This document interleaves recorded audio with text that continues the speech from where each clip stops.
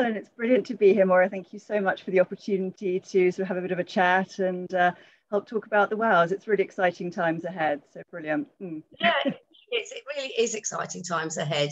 And how are you? Are you warm? Everybody seems to be sweltering. Melting a little, but sort of staying reasonably cool. We're lucky with lots of stone floors, so Luna's flopping out on the stone floors most of the time, looking completely sort of like this. But we also have a paddling pool outside as well, so she's jumping in and out with us, and I stand in there sometimes with her.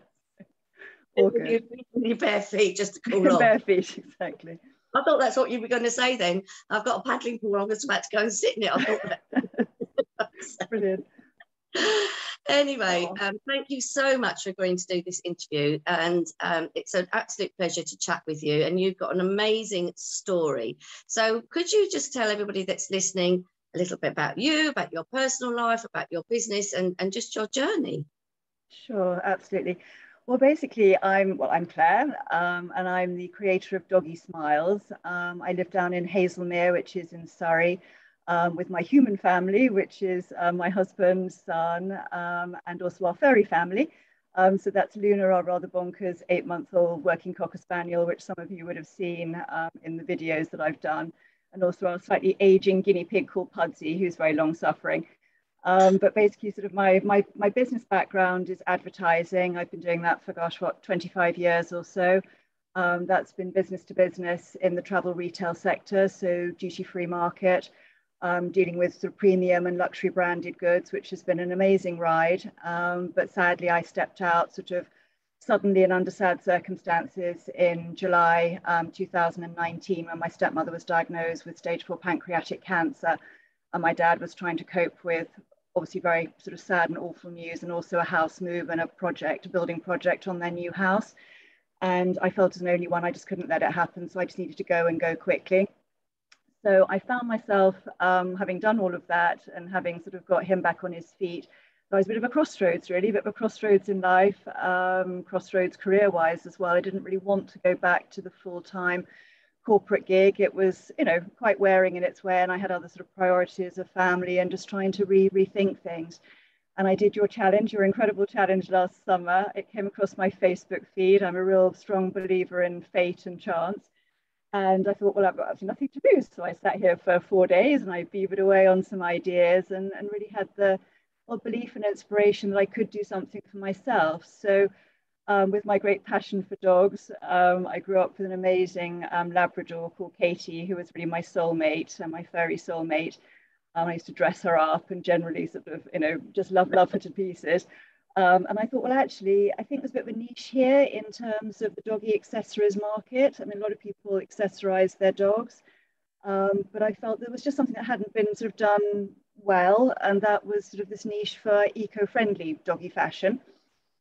So off I set with sort of a few ideas and not a lot of expertise, definitely in the sort of, you know, creation department, to build a brand from scratch, which is really what I've done. You've been part of the pain and some of my, oh my God, moments of what have I done. But literally everything from sizing, creating patterns, they're all our own designs. We don't buy anything off the roll. So nothing is mass produced. So I became a creator of patterns with joys, highs and lows of that along the way.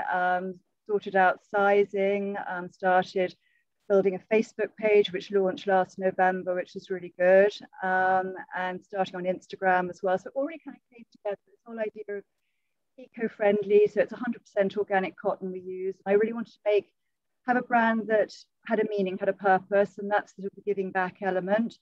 And some of the sort of doggy charities are quite well known, and I wanted to choose something that was maybe less known, but really still had sort of resonance for me. And that was Hearing Dogs for Deaf People. Oh, brilliant. It really is life-changing in the sense that things that you and I hear, like doorbells, phone rings, etc., people are just locked in their own world. They're really trapped, and seeing some of the incredible videos on their website, on their Facebook page, I just felt it was, I don't know, it just was my charity. I just wanted to support them.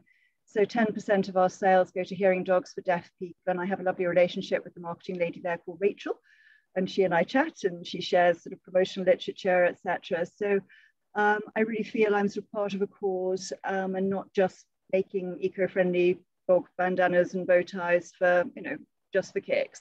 It's got a purpose, it's got a meaning, and it's, yeah, doggy bandanas and bow ties with a twist. We also do matching hair scrunchies as well. So whether you want to scoop your hair up for yourself or your niece or your granddaughter, whatever, you can complete the look with a scrunchie. So we're starting off with that, and slowly but surely it's like little building blocks, isn't it? Getting the business together, and things don't always go in straight lines, and you'd be testament to some of my more, what should we say, sort of histrionic outbursts, but we're getting there. We all have and that's why the WOWS, and indeed, the initial group, the Life Begins at 45, was so amazing, because people were there to catch you, celebrate your good days, and lift you on your less good days when you're having a techie blonde moment, or your designer's frying your brain with the size of your sort of your bunnies on your bandana or something. Exactly. Yeah. So why did you join the WOWS Hub? And you've done amazingly. You were totally corporate before. Completely. And then the reasons that you've already explained, then left the corporate world, and now you started your own business. Never done anything like this before in your life, but you've done amazing. Like literally, you have, as you said, done everything and worked through it all and done amazingly well. And you've got a brilliant brand now that's growing. So why did you join the WOWS Hub? Why did you like the WOWS Hub? I think from Life Begins at 45, the WOWS was just a really natural progression, and it was that sort of turbocharge, that turbo boost I really needed to go with, the really sort of go get sort of like-minded business women. And I felt that a lot of people I got to know in Life Begins at 45, and they were the people who were progressing on to that. And I just felt that I was sort of moving with friends, if you like, into a new dimension. And the WOWS was that. So I absolutely jumped in, sort of first off, found a member, I was there, sort of money was down, and I was sort of part of it. So in that sense, it was just that natural progression for me, and really valuable, because you can go into that hub and you can ask your sort of techie, sort of blonde questions and not be judged for being sort of the techno cluck, which I definitely was in the corporate world. And I just needed people to support me in that world, and I did have them. But when you just know that it's not your forte, it's things like that you really need support on. But the whole sense of community is phenomenal, and there is nothing like it. There's just nothing like it, because people are there for you, and it is that sense of motivation, sort of communality. We're all kind of pushing, we're all on different business journeys, really people from all different, slightly different ages, but all over 45 and that bit more mature maybe, but all from different walks of life, different life experience. Some ladies have had some horrific, health things, and I sit there and I just think, my God, Deb, for the grace of God, go I. But we're all pulling together in the same direction, and that's phenomenally exciting to be part of that. I think it's, fab. Yeah, it is. It's such a nice community, isn't it? And as you say, so many of the WOWs say, I don't feel it's a safe environment. It's you're never judged. You can ask anything. You're never judged. And also we have a lot of accountability in there, don't we? It's a live contact, because we grew up with live contact, not just constantly on our phones. So yeah, it's just the support, like you say, it really is. And I'm glad, I'm so glad you're part of it, and you are a founder member, which is incredible.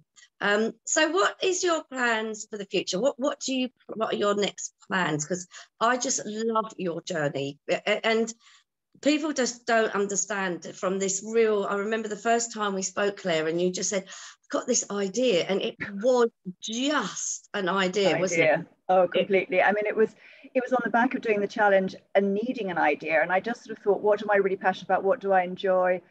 Poor Katie had been dressed up in all kinds of things. One day, when the website's launched, you'll see an amazing photo of her. And I won't spoil it for you, but she looks an absolute pickle. She really does, an absolute dog's breakfast. But the whole thing of sort of accessorizing and just that whole sense of fun, the sort of the unconditional love that sort of dogs give, and bringing together things that I care about, if you like. And it just seemed a natural way to bring it together, but it was just an idea. And there was a lot of self-doubt. I think the mind monkeys do kick in when you've got something really brand new and you're going from scratch, and it just doesn't go in straight lines. It really doesn't. But once you're sort of up and running, and I feel sort of, I think you had this wonderful analogy of being a spider on speed. I think I'm probably a spider on caffeine rather than on speed, but there's still a lot of speed going on.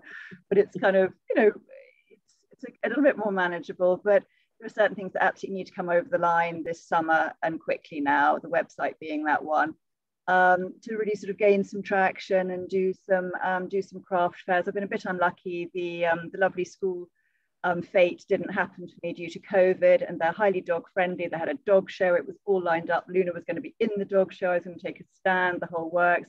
The latest craft show has now been deferred till October. So I'm now on the quest for my third and hopefully successful sort of physical launch, because I love the physical sell. It's what I'm used to with advertising. I'm used to being with clients. I'm used to doing face-to-face. I'm not so good at the kind of, I don't enjoy the techno side. It's partly our generation, but kind of so be it really. But in terms of your original question about, for the future, I think once I'm really established on the core products, I'd like to add some other products that maybe align with the whole brand values. Sustainability, the whole eco side, etc.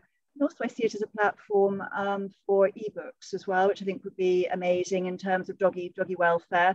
So I think that would be a very nice sort of add-on, and something that, would add that sort of famous that famous expression, passive income. So let's see how that goes. But yeah, I can see sort of a vision as to how it can be, but it's very much each step at a time. I think it's trying to kind of measured growth, isn't it? Without kind of going too crazy, but sort of seeing how things progress, and being accountable to yourself as well as to others, really.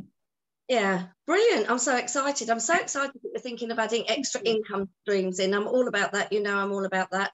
A membership, I just think you would just be perfect running a membership, but that's all right. You've done that. Oh my God, she's got more plans for me. I think I'm going to about have another pale moment. Oh my God, one of those. I just love seeing you all grow, and it's what I get up in the morning for, and everybody in the WOWS Hub is just so brilliant. So thank you. But just before you go, what would anybody else, because you really did leave the corporate world, have a little break, and started this baby of your business from literally an embryo of an idea. So for anybody that was in the same situation as you, because there's people watching this who are in different stages and doing different things, and they might have a business that they just want to go into a community. But for anybody, what advice would you give to anybody that was in your situation? Please don't say don't do it. No, I'm not, don't worry, no. So what I was going to say was actually, it's a Japanese proverb that came across my path a couple of years ago, which is Nana Karobi Yaoki, which I will translate, because it's basically fall 7 times and get up 8. Yeah. And I think that my journey has been very much sort of one of a lot of learnings, a lot of things that haven't quite sort of gone, in a straight line. As I say, life doesn't go in straight lines. We know that by the time we get to 45 plus. But it's all about the kind of resilience, the grit and determination to know that you are going to take some knocks, but that you're always going to actually also take the baby steps that will take you towards your next goal. And as long as there's some sort of energy and some drive and passion in there, there is going to be some bad, not bad stuff, but what I mean, just some irritating stuff or things that don't happen. But it's that whole sense of being ahead of the game, even if you've taken the knocks. So, resilience, grit and determination, and, fall 7 times, but get up 8 and always be ahead of the game. Brilliant. Definitely. Absolutely brilliant.